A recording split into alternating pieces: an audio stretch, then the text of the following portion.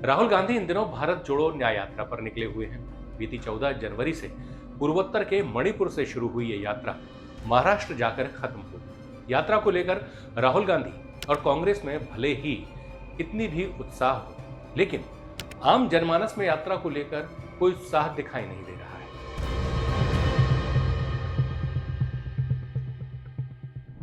राहुल गांधी ने अपनी यात्रा के उद्देश्य को लेकर घोषणा कुछ भी की हो, लेकिन निश्चित तौर पर इस यात्रा का मकसद उन्हें राजनीतिक तौर पर स्थापित करना ही है। जहां तक नफरत का माहौल दूर करने की बात है, तो कांग्रेस या किसी भी राजनीतिक दल का परम उद्देश्य होना तो यही चाहिए। ये देश का मूल मुद्दा भी है। स्वस्थ समाज के लिए ये जरूरी है कि उसमें किसी भी तरह की नफरत, वैमनस्य, छुआछूत या घृणा ना हो। लेकिन राहुल गांधी यात्रा के दौरान ऐसी बयानबाजी कर देते हैं जो उनकी मोहब्बत की दुकान और नीति और नियत को ही संदेह के कटघरे में खड़ा कर देता है। जहां तक इस यात्रा के जरिए विपक्ष को जोड़ने का सवाल है, तो कांग्रेस पार्टी या राहुल अभी तक इस यात्रा के जरिए विपक्ष को एकजुट करने में बहुत कामयाब होते नहीं दिखाई दिए।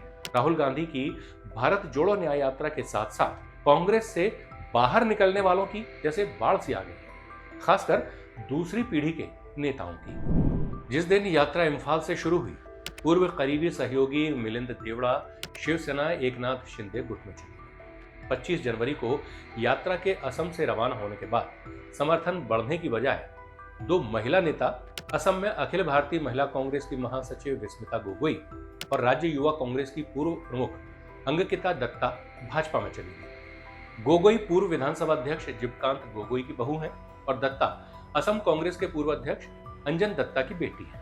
महाराष्ट्र के पूर्व मुख्यमंत्री अशोक चौहान भी भाजपा में शामिल हो चुके हैं। महाराष्ट्र में अशोक चौहान के कांग्रेस छोड़ने को बड़े झटके के तौर पर देखा जा रहा है। 2 बार खुद लोकसभा चुनाव जीतकर सांसद बन चुके अशोक चौहान को राज्य के मराठवाड़ा क्षेत्र का बड़ा नेता माना जाता था। वहीं असम में कांग्रेस कमेटी के कार्यकारी अध्यक्ष गोस्वामी ने भी बीते दिनों पार्टी को अलविदा कह दिया। मध्य प्रदेश के कद्दावर नेता सुरेश पचौरी ने भी बीजेपी का दामन थाम लिया। यहां भी राहुल की यात्रा के बाद कांग्रेस को बड़ा नुकसान देखने को मिला। कांग्रेस के सामने पार्टी से छिटक रहे नेताओं को रोकने के अलावा इंडिया गठबंधन से अलग हो रहे राजनीतिक दलों को रोकने की भी एक बड़ी चुनौती है। दरअसल लोकसभा चुनाव से पहले विपक्षी दलों के इंडिया अलायंस को सबसे बड़ा झटका जो लगा है वो नीतीश कुमार ने। जेडीयू ने बिहार में विपक्षी गठबंधन इंडिया के टूटने के लिए कांग्रेस की हट और अहंकार को जिम्मेदार ठहराया। जेडीयू ने कहा कि कांग्रेस नेता अपनी पार्टी को मजबूत करने में लगे थे, विपक्षी गठबंधन को नहीं। इधर पश्चिम बंगाल में राहुल गांधी के पहुंचते ही तृणमूल कांग्रेस से गठबंधन टूट गया। बिहार में महागठबंधन की एक बड़ी रैली प्रस्तावित थी, लेकिन यहां राहुल गांधी के पहुंचने से पहले ही नीतीश कुमार की जदयू ने पाला बदल लिया और भाजपा के साथ मिलकर सरकार बना ली और राजद विपक्ष में आ गई। इधर उत्तर प्रदेश में गांधी परिवार के गढ़ रहे अमेठी में वापस जाओ के नारे के साथ राहुल गांधी का स्वागत हुआ। यूपी में उनकी यात्रा में भीड़ नहीं जुट सकी, ये बात अलग रही। ऊपर से राहुल गांधी के एक के बाद एक विवादित बयानों के कारण कांग्रेस को लेकर नकारात्मक माहौल भी बन गया। उन्होंने अभिनेत्री ऐश्वर्या राय को लेकर आपत्तिजनक टिप्पणी कर दी। साथ ही काशी के युवकों को शराबी और नशेड़ी तक बता दिया। कभी कहेंगे उधर देखो भैया अमिताभ बच्चन नाच रहा है, वो देखो भैया उसके साथ ऐश्वर्या राय नाच रही है। आप लोग इधर उधर देखोगे, ओ हाँ भैया वहाँ पे पाकिस्तान में बड़ा, ओ भैया देखो चाइना में ये हो रहा है, ओ देखो भैया ऐश्वर्या राय नाच गई। मीडिया में आपको यही दिखेगा। 73% की मीडिया में बात नहीं होगी, मजदूरों की बात नहीं होगी, किसानों की बात नहीं होगी। आज का युवा नशे में, मैंने वहां देखा, बनारस में देखा, सड़क पे देखा। नहीं तो अगर शराब नहीं पी रहा तो फिर इस मोबाइल फोन पे 7-8 घंटा भैया वीडियो देखता रहता है, एक दूसरे को भेजता रहता है। वहीं पश्चिमी उत्तर प्रदेश में राष्ट्रीय लोकदल के मुखिया जयंत चौधरी की नजदीकी एनडीए से बढ़ गई। बीते कई दिनों से उनके बीजेपी के साथ जाने की अटकलें भी थी। चौधरी चरण सिंह को केंद्र सरकार की ओर से भारत रत्न की घोषणा के बाद से तय माना जा रहा था कि जयंत चौधरी इंडी गठबंधन का साथ छोड़ देंगे और एनडीए के साथ चले जाएंगे। हुआ भी यही। जयंत चौधरी आने वाले लोकसभा चुनाव में बीजेपी के साथ खड़े दिखाई दे रहे हैं। चुनाव से पहले पश्चिम बंगाल की मुख्यमंत्री ममता बनर्जी ने इंडिया गठबंधन को बड़ा झटका देते हुए अकेले चुनाव लड़ने का ऐलान कर दिया। आम आदमी पार्टी और समाजवादी पार्टी के सामने कांग्रेस ने घुटने टेक कर किसी तरह गठबंधन किया। ऐसे में नया यात्रा आगे पार पीछे सपाट की उक्ति को चरितार्थ करती दिखाई दे रही है। इसमें कोई दो राय नहीं है कि 2019 के बाद से भले ही कांग्रेस लगातार कमजोर होती जा रही थी, लेकिन पिछले साल मई में नरेंद्र मोदी के नेतृत्व वाली बीजेपी को कर्नाटक में हराकर उसने वापसी की उम्मीद जगाई।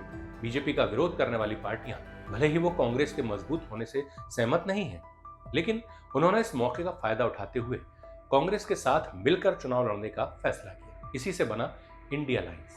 लेकिन कांग्रेस को लगा कि अगर वो छत्तीसगढ़ और मध्य प्रदेश जीत लेती तो उसे और भी फायदा होता।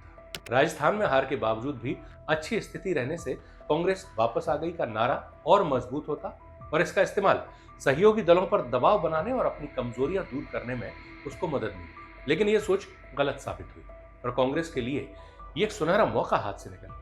राहुल गांधी ने कांग्रेस पार्टी के अध्यक्ष पद से 2019 में इस्तीफा दिया, जबकि उनकी पार्टी को 543 सदस्यीय लोकसभा में महज 52 सीटें हासिल हुई थी, जबकि बीजेपी को 303 सीटें जीत में मिली थी। पश्चिम बंगाल में ममता बनर्जी की पार्टी टीएमसी के साथ सीटों के बंटवारे पर सहमति नहीं बन पाई। महाराष्ट्र में भी कांग्रेस, शिवसेना और एनसीपी के बीच सीटों के बंटवारे पर गतिरोध दिखाई दिया।